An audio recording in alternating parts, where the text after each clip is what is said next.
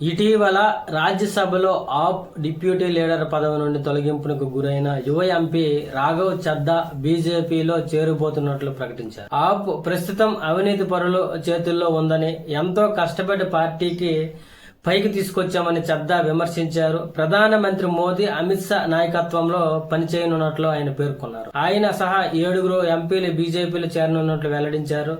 రాజ్యసభలో ఆప్ ఎంపీలో 200 మంది పార్టీని వేడుతున్నట్లు ఆప్ పార్లమెంటరీ పార్టీని బీజేపీలో విలీనం చేయనున్నారు. ఇటీవల డిప్యూటీ లీడర్ పదవి నుండి తొలగించిన తర్వాత తాను మౌనంగా ఉన్నా కానీ ఓడిపోలేదు, నేను ఏ తప్పు చేశానో చెప్పాలని ఆప్ అధిష్టానాన్ని రాఘవ్ చద్దా నిలదీశారు.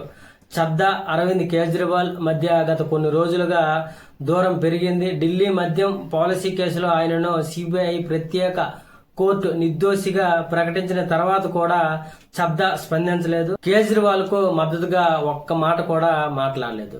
ఈ క్రమంలోనే రాజ్యసభ డిప్యూటీ లీడర్ పదవి నుండి తొలగించి అశోక్ మిట్టల్ కు ఆ బాధ్యత అప్పగించారు.